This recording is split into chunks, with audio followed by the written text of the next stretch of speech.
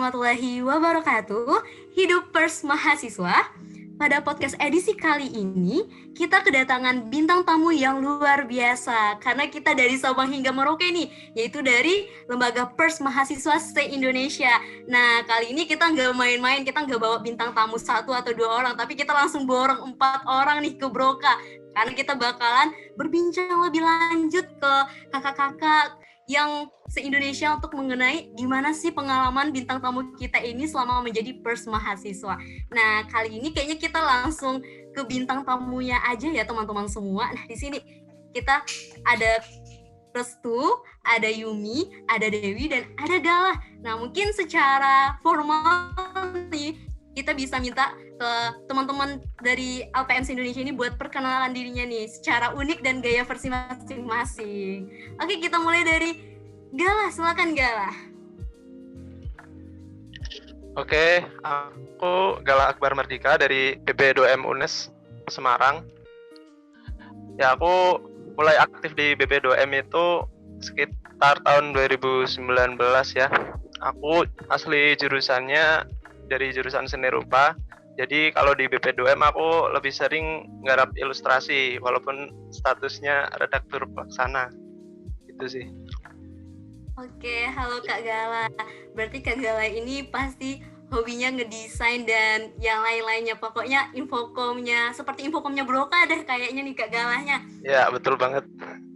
Kita udah dari Jawa nih Kak Galah. Dari UNES, sekarang kita beranjak ke Pulau Kalimantan, yaitu Yumi. Nah, silakan nih Yumi, perkenalkan dirinya.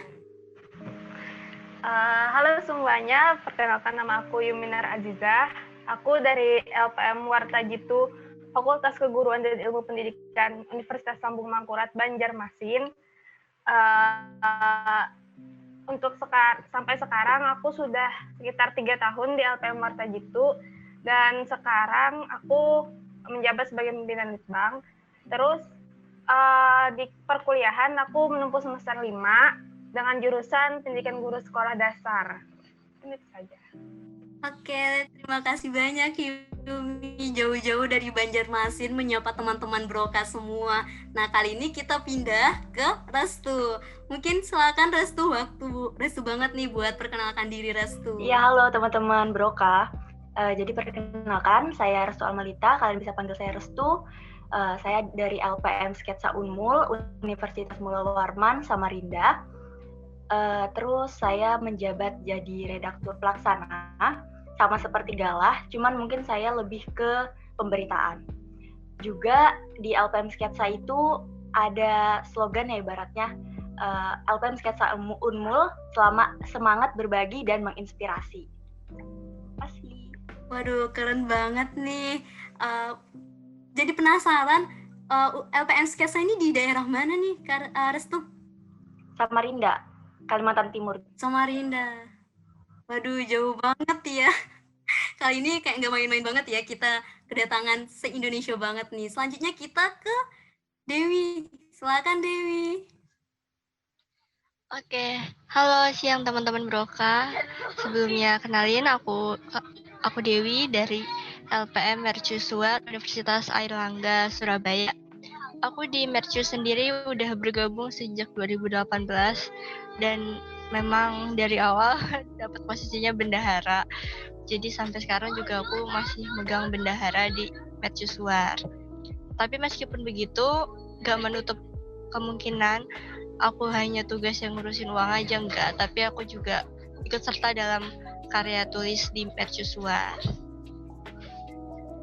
Oke, terima kasih Dewi. Nah, kali ini kita udah komplit banget. Ada dari Pulau Jawa, Sumatera, di Broka sendiri. Terus ada dari Kalimantan. Mungkin kurangnya dari Pulau Papua kali ya teman-teman semuanya. Mungkin nanti kita bisa ngajak juga nih teman-teman dari Papua. Nah, kali ini pembahasan pertama kita nih teman-teman, mengenai jatuh cinta. Aduh, bicara tentang jatuh cinta nih teman-teman. Kali ini Syabna pengen nanya nih, kapan teman-teman jatuh cinta di bidang jurnalistik dan di Pers Mahasiswa? Mungkin ada yang pengen jawab duluan teman-teman? Aduh, mungkin aku bisa masuk ya. Oh, siapa nih? Banyak nih yang mau jawab duluan tentang jatuh cinta nih, emang estetik banget ya. Udah ketawa nih. Gak apa-apa. Dewi dulu boleh nih. dari Restu dulu deh. Ya siapa? Oke. Jadi kalau untuk kejatuh cintaan, kalau untuk tulis menulis ya, itu saya memang sudah dari SD, mama saya sudah kenalin saya untuk cerpen-cerpen dan lain sebagainya. Jadi dari situ saya mulai nulis-nulis, entah itu nulis puisi dan lain sebagainya gitu. Terus juga sempat ingin bergabung di dalam program studi sastra, tapi saya pikir saya itu hanya kesukaan, tapi bukan gimana ya, bukan sesuatu yang ingin saya geluti lebih dalam, tapi saya nikmati aja gitu kan. Dan untuk persnya sendiri, saat saya mengambil atau mengemban amanah yang jauh lebih besar gitu. Saat saya kan waktu itu magang, dan saya ternyata dipilih menjadi redaktur online. Yang dimana kalau di LPM saya itu jadi petinggi redaksinya gitu ya. Jadi di dalam itu ada yang namanya petinggi redaksi yang sehari-hari itu mengurusi pemberitaan. Karena kalau di sketsa sendiri targetnya 1-3 berita seperti itu. Nah, jadi dari situ awalnya masuk di Persma itu saya pikir ya cuman karena pembuktian kalau saya itu anak ilmu komunikasi. Tapi ternyata saya dipilih untuk atau ditugasi untuk mengemban yang lebih besar gitu kan, menjadi redaktur online. Nah dari situ saya jadi lebih paham nih kalau kerja pers itu benar-benar setiap hari, dan saya jadi lebih menghargai apa yang saya pelajarin di prodi saya sendiri. Seperti itu. Terima kasih. Aduh, keren banget Kak Restu, jatuh cintanya emang dari kecil, tapi karena amanah membuat Kak Restu bertahan di Pers Mahasiswa nih. Nah, kali ini kita beranjak ke Kak Dewi nih, yang sejak tadi juga pengen ungkapin kapan jatuh cintanya dengan dunia jurnalistik. Sebenarnya aku jatuh cinta di jurnalistik itu udah dari SMP sih ya. Karena lebih tepatnya bukan ke jurnalistik aja sih, tapi lebih ke broadcast dan perfilman pada saat itu. Jadi emang sejak SMP itu aku tipe anak yang terstruktur dari mulai awal aku target apa sampai nanti aku harus dapat apa, itu aku emang udah nyusun pohon impian kayak gitu pada saat itu. Terus tapi sayangnya pada setelah lulus SMP itu aku nggak bisa menggapai tujuan aku untuk masuk di broadcast atau multimedia karena nggak dapet dukungan dari mama pada saat itu. Hasil aku masuk SMA, terus ngejalanin kehidupan sebagai anak IPS pada saat itu. Terus udah pindah haluan tadinya yang menggebu-gebu banget buat pengen terjun ke dunia perfilman, jurnalistik kayak gitu, multimedia. Tapi harus kandas gitu karena aku sadar aku waktu itu berpikirnya IPS bisa apa sih gitu kan. Karena kan kebanyakan orang berpikir anak IPS yang gak yang terlalu kayak gitu kan. Jadi aku akhirnya pindah haluan, target aku ke pemerintahan. Tapi setelah aku masuk di Unair dan aku kenal sama LPM sewaktu aku masih jadi maba, itu aku kayak berasa aku menemukan lagi impian aku yang sempat pudar pada SMA SMP itu. Jadi aku berusaha masuk situ lagi. Emang niatnya adalah aku pengen menggapai ulang lagi mimpi aku di dunia broadcast atau multimedia serta juga jurnalistik itu. Meskipun aku tipe menulis harus coba gimana tembus ke media gitu kan. Hasil pas aku udah masuk terjun di dalamnya, ya aku benar-benar ngerasa nyaman.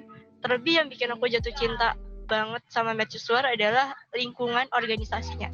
Karena buat aku itu yang terpenting adalah lingkungan orang-orang sekitarku.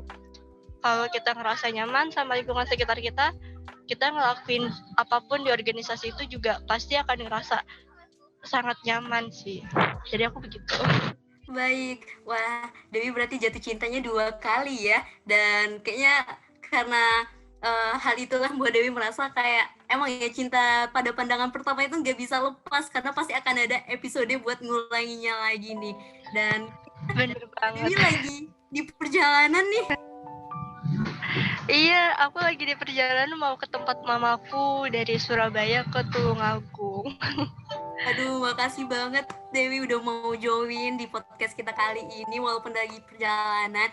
Nah, kali ini kita next ke Gala. Nah, Gala udah senyum-senyum tadi nih pas silakan Gala.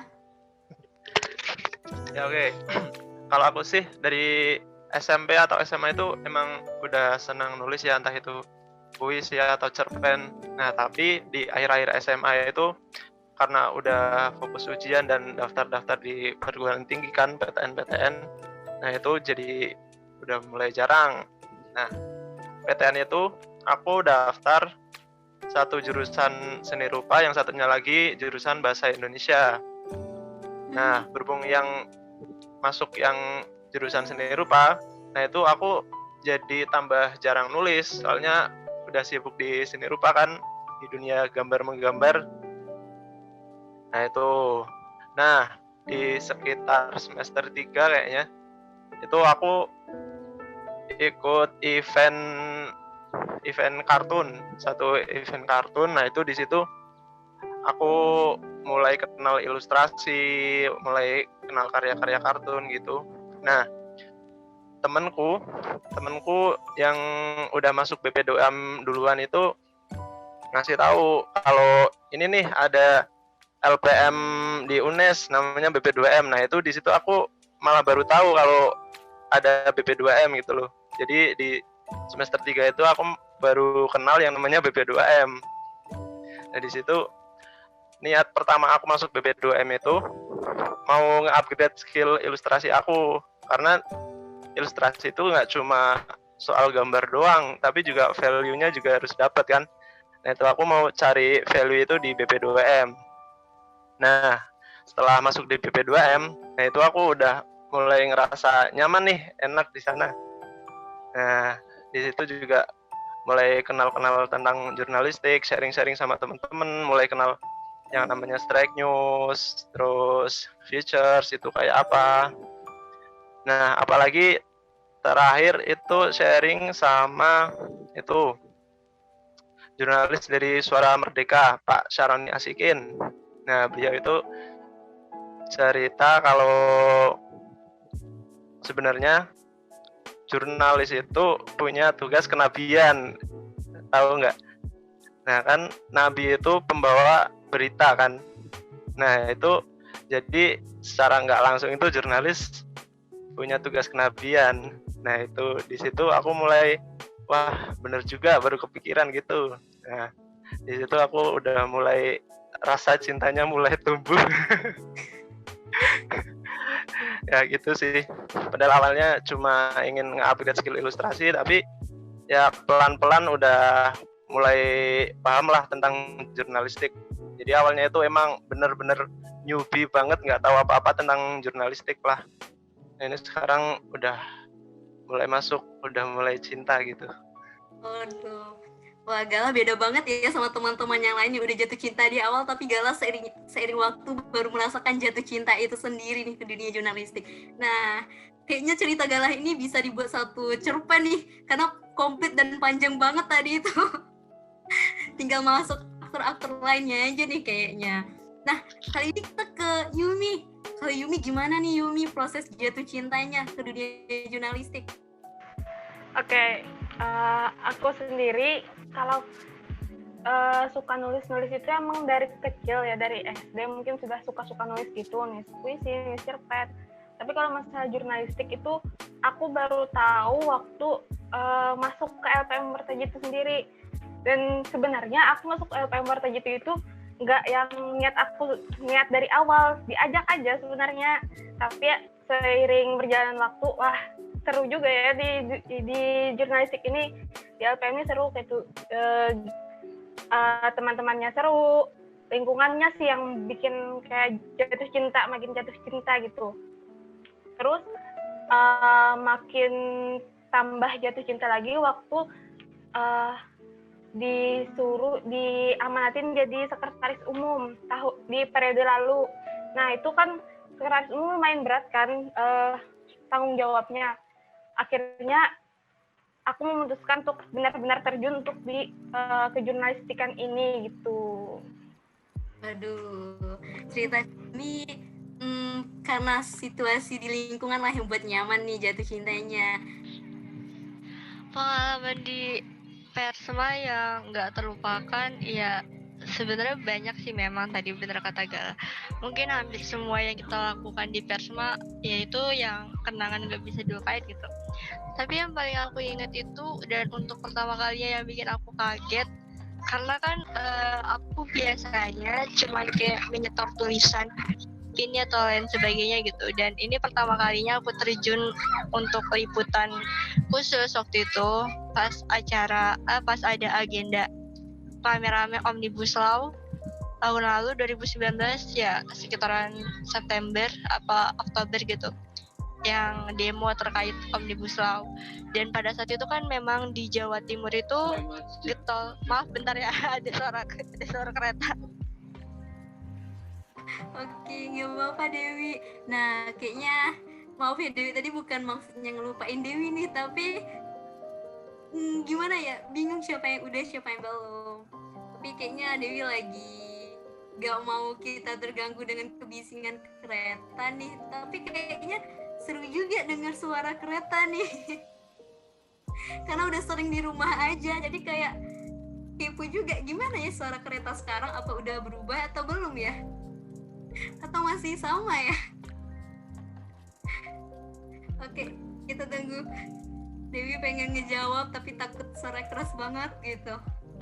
Mungkin dari pengalaman dari teman-teman bilang nih kayaknya lucu-lucu semua dan menarik, tapi kayaknya hal tersebut mungkin akan menjadi suatu kenangan juga ya teman-teman, karena nanti kita juga bakalan mengingat itu sebagai suatu proses menemukan jati diri atau suatu proses untuk bisa menjadi pribadi lebih baik lagi. Karena kalau tanpa masalah, pengalaman yang berkesan itu rasanya kayak nggak ada pelanginya gitu. Oke, silakan Dewi. Iya benar. Jadi aku melanjutkan yang tadi ya. Jadi aku pertama kali yang untuk terjun di tim liputan khusus itu langsung ditugasin untuk ngeliput demo Omnibus Law gitu. Dan pada saat itu kan memang Jawa Timur itu yang di bawah gerakan getol ya, pada saat itu tuh memang rame banget sama isu Omnibus Law dari mulai seluruh BEM universitas di Jawa Timur dan sekitarnya, bahkan sampai Madura pun ikut juga ke Surabaya untuk demo itu gitu. Dan aku itu cewek sendiri dan teman-temanku tuh pada mencar gitu, karena kan memang kalau pas liput demo itu kita dibagi 2 tim kan. Aku tuh bareng sama kakak tingkatku berdua cowok, cuman pas di tengah-tengah lapangan itu aku kepisah sama dia. Dan aku kan adanya kecil ya, jadi kehimpit-himpit gitu sama sama demonstran yang lain. Terus aku nyelip dan mereka tuh engeh karena aku pakai topi universitasku kan, topi lapangan punya univ aku. Terus ada salah satu mereka tuh yang nanya, "Loh, Mbak dari Unair ya?" gitu. "Oh, iya Mas," gitu. Terus dia kayak nanya-nanya gitu, "Mbaknya demonstran atau siapa? Atau pihak kepentingan apa?" gitu. Dan di situ posisinya aku mau nggak mau menjawab kayak, "Oh, saya Persma Mas," gitu. Dan mereka tuh benar-benar sinis banget mandangin Persma gitu. Padahal menurutku ya kita sama-sama mahasiswa gitu, bedanya dia statusnya sebagai demonstran dan aku sebagai pers mahasiswa gitu. Yang pasti kan apa yang perlu disinisin dari pers mahasiswa gitu, karena kan pasti juga kita mengabarkan apa yang terjadi di lapangan gitu. Dan kita tahu banget faktanya, maksudnya ketika di lapangan itu aku baru tahu kalau ternyata ya isu yang beredar kayak aparat yang keras terhadap demonstran, dan itu emang bener gitu. Maksudnya kayak ya emang bener mahasiswa yang jadi korban kekerasan mereka gitu. Tapi aku heran kenapa mereka seolah-olah memusuhi Persma gitu. Sampai akhirnya aku berhasil merobos ke barisan paling depan, dan itu tuh bener-bener langsung berhadapan sama aparatnya kan. Nah mereka tuh pas mau mukul mundur, terus ngeliat aku cewek sendiri di barisan paling depan, salah satu bapaknya itu ada yang nanya, "Mbak dari demonstran atau dari pers atau dari mana?" gitu. Terus aku bilang, "Saya dari Persma Pak, di bawah naungan AJI Surabaya." gitu. Aku bilangnya memang seperti itu. Karena kalau di Mercusuar sendiri kan dia tergabung dalam PPMI Surabaya, dan PPMI Surabaya itu memang kerjasamanya dia dibantu backingan oleh AJI Surabaya. Jadi memang setiap persema yang turun ketika mau liputan demo, mereka memang udah dilindungin sama teman-teman AJI juga PPMI gitu. Jadi pas aku nyebut, saya dari Persma Pak, di bawah naungan AJI gitu. Dan mereka langsung kayak, oh banyak boleh misahin diri dulu nggak gitu, soalnya saya mau urus yang demonstran dulu gitu. Jadi aku kayak merasa sisi lainnya kayak, kok yang sesama mahasiswa justru memusuhi gitu. Tapi yang mereka yang aparat yang pastinya di berita itu kita mengabarkan apa adanya kekerasan mereka gitu, tapi mereka benar-benar kayak ngelindungin anak pers banget gitu. Maksudnya kayak, oh ya udah gitu, jadi yang pers itu dipisahin barisannya sama demonstran biar nggak keikut kecampur aduk gitu sama mereka. Terus pas itu juga aku terkesannya karena aku berhasil nerobos masuk ke Polda buat wawancara Kapoldanya mereka. Padahal media mainstream yang lain tuh nggak bisa semuanya masuk gitu, dan aku berhasil nerobos. Pas wawancara, selesai wawancara, beliau nanya, mbaknya mahasiswa ya gitu. Terus aku bilang, iya Pak, saya Persma. Oh, Persma dari mana gitu? Dari Unair Pak. Oh, bisa nerobos juga ya masuk gitu. Itu sih yang paling berkesan di aku. Jadi kayak ada pelajaran baru ketika kita terjun ke lapangan demo liputan demo kayak gitu, kita tahu fakta seperti apa, dan dibalik itu memang ada hikmahnya gitu sih. Waduh, ternyata pengalaman Dewi luar biasa juga ya. Tapi ketika kehimpit karena badan kecil nggak luka kan Dewi? Aman kan? Cuman keinjek Enggak, aja. ini kalau menurutku malah kalau liputan demo harus yang kecil-kecil biar bisa nerobos. Iya ya, emang tuh sisi baiknya biar bisa nerobos kayak aku tadi ya. Sisi buruknya itu kita kehimpit-himpit nih yang kecil-kecil. Baik-baik bener sih, karena suatu kebanggaan juga ya bisa nerobos dan bisa dapat satu narasumbernya langsung atau orang yang dituju buat diwawancara gitu ya. Iya benar. Oke, makasih Dewi. Nah, kayaknya pengalaman dari teman-teman di Presma ini keren-keren semua nih. Nah, kali ini buat penutup kedua deh. Nanti akan ada penutup terakhir banget. Nah, kali ini Syupna pengen nanya ke teman-teman semua.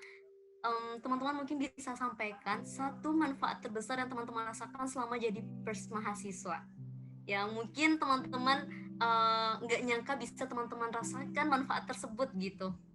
Yang awalnya nggak teman-teman duga, aduh kayaknya nggak, dulu gue masuk ini rasanya nggak bakalan dapat kayak gini deh, ternyata teman-teman dapetin itu.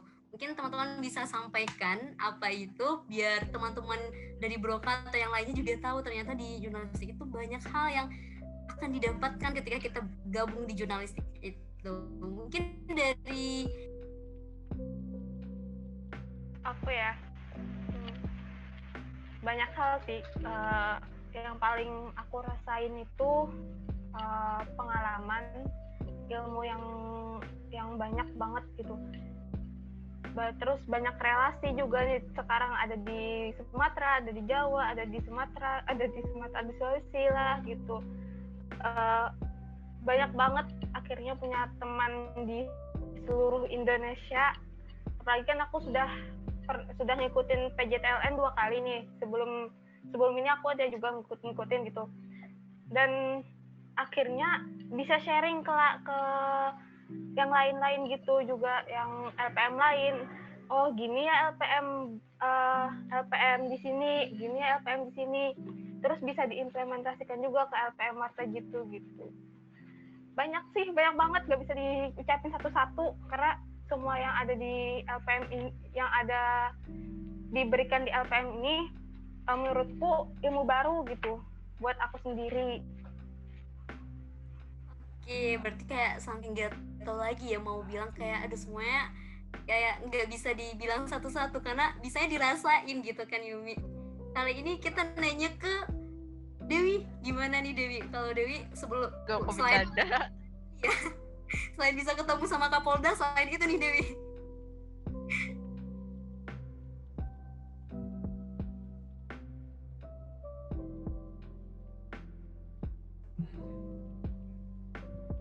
Suara Dewi kita nggak bisa dengar. Halo Dewi. Apakah suara kita kedengaran?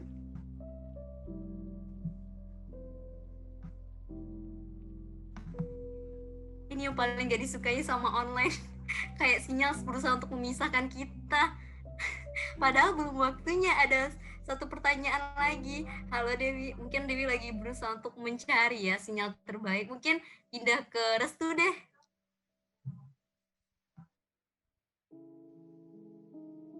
Kalau tadi apa pertanyaannya? Satu manfaat gitu ya? Kalau saya sih Benar. manfaat yang paling dirasain karena saya ini kan orangnya anti banget yang ribet-ribet ya. Nah, di jurnalis ini, di Persma, itu ngajarin saya untuk berproses gitu. Berproses dalam artian nunggu narasumber bisa kapan ketemu, terus harus transkrip dulu, terus nulis berita lagi, kayak gitu. Jadi hal-hal yang seperti itu ngebuat saya lebih hidup berkesadaran gitu. Kalau misalkan banyak hal yang nggak bisa kayak prinsipmu gitu Nares, apa yang anti ribet. Jadi semua orang itu harus menunggu atau berproses untuk ngedapetin satu hal yang dia mau, kayak gitu. Aduh, keren banget nih jawaban dari Restu. Tapi menunggu si dia juga satu proses yang didapetin juga nggak sih Restu dari jurnalistik ini? Sabar gitu kan menunggu. Kayaknya nggak usah buang-buang waktu untuk menunggu orang. Oke, siap. Nah, kali ini kayaknya dari Dewi lagi nih. Dewi gimana? Apakah suara kita kedengaran?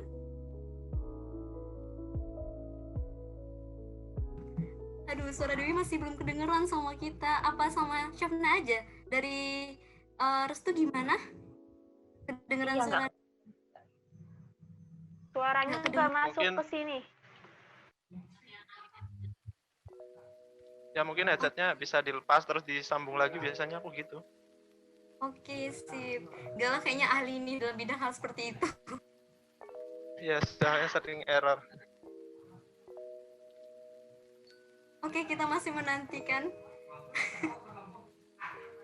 Oke, kayaknya kita bersabar menunggu jawaban dari Dewi karena sinyalnya pengen kita menantikan jawaban terbaik dari Dewi ini. Setelah berjuang untuk bisa Oke, dengar. Udah, ya Allah, subhanallah sekali ya. Jadi kalau dari aku merasa manfaat yang berasa banget ketika masuk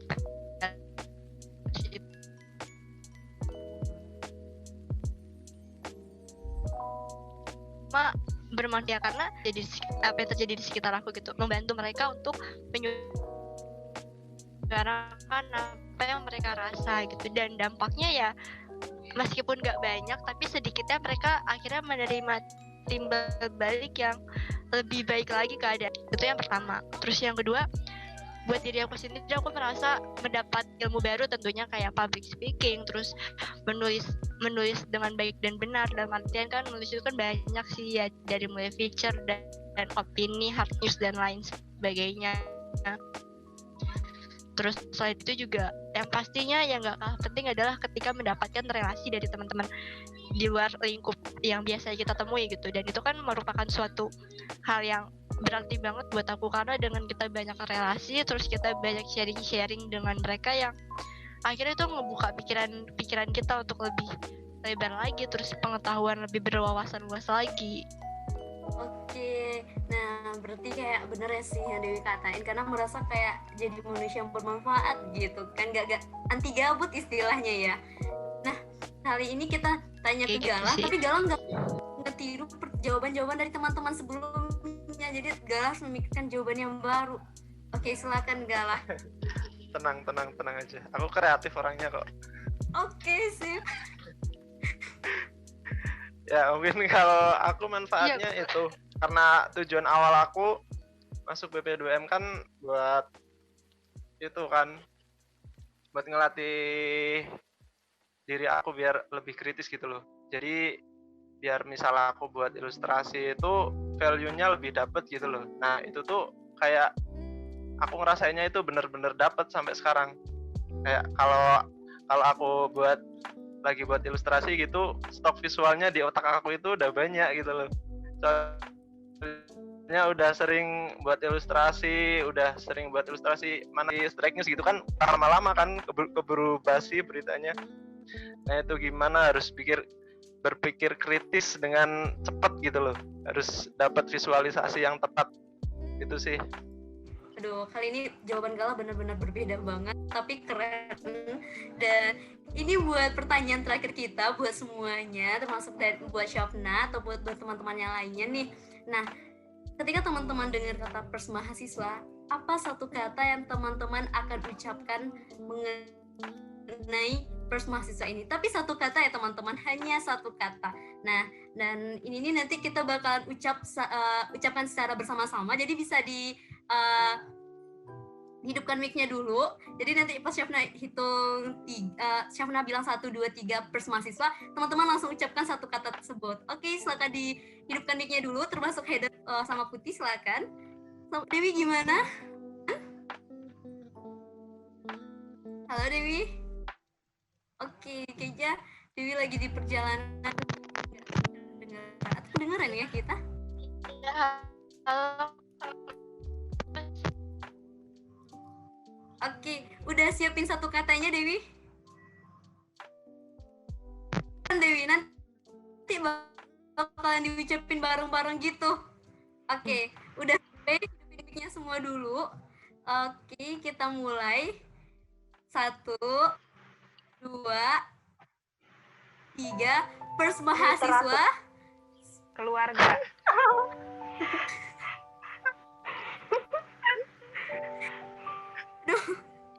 Mungkin bisa diulangi soalnya itu Dewi yang belum. nggak pada jelas suaranya, kecil Iya, banget. Emang double, tapi sengaja didoublein karena kita bakalan nanya satu-satu. Restu tadi bilang apa? Literatur. Adalah Aku bilang terima kasih sebenarnya, tapi kecil banget sih. kalau Yumi Keluarga. keluarga. Oke, kalau Dewi jangan bilang sinyal ya Dewi. Apa? Susah ya emang. Nggak masuk lagi Dewi ngomong apa. Tapi aku tahu Dewi ngomong apa ya. Dewi bakalan bilang pengalaman ya kali. Atau nggak bisa nebak kali ya. Tapi kayaknya Dewi bisa diketik aja Dewi bilang apa, karena nggak denger lagi suara Dewi. Oke, nah mungkin karena udah waktu juga nih teman-teman, udah 1 jam lebih kita berbicara tentang pengalaman teman-teman semua di LPM masing-masing selama jadi pers mahasiswa, dan ini benar suatu hal yang oke.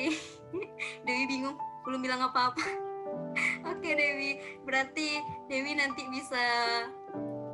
Oke, nggak kedengeran kan? Inilah, takut banget salah paham di antara kita nih. Nggak bisa ditoleransi lagi ya takutnya.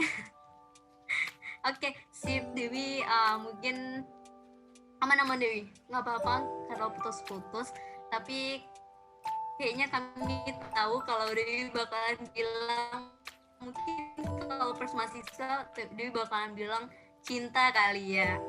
Oke sip. Semoga Dewi di penghujung waktu juga mungkin pengen ngucapin terima kasih banget buat Gala yang dari BP2M UNES yang udah sering-sering sharing-sharing tentang pengalamannya di sana, dan dari Restu juga dari LPM Sketsa, dan Yumi dari LPM Mortajitu, dan Dewi dari LPM Mercu. Kayaknya ini gak bakalan terlupakan banget momennya, karena ini nanti akan kita abadikan di sosial media Broka, dan pastinya semoga apa yang kita bicarakan sama-sama ini bisa menginspirasi banyak orang dan bisa menambah keakraban kita lagi sama pers mahasiswa. Dan mungkin Syafna sebagai pembawa apa ya namanya? Oke, coba jawaban teman-teman keren-keren semua, dan kayaknya unlimited banget, nggak bakalan ditemukan di tempat yang lain karena jawaban teman keren-keren. Dan karena waktu juga, Syafna akan menutup podcast kita kali ini, dan satu kata kita sama-sama bilang hidup pers mahasiswa. Nah, yuk kita bilang hidup pers mahasiswa sama-sama. Silakan dihidupkan mic-nya lagi. 1, 2, 3. Hidup pers Hidup pers mahasiswa. Hidup pers mahasiswa.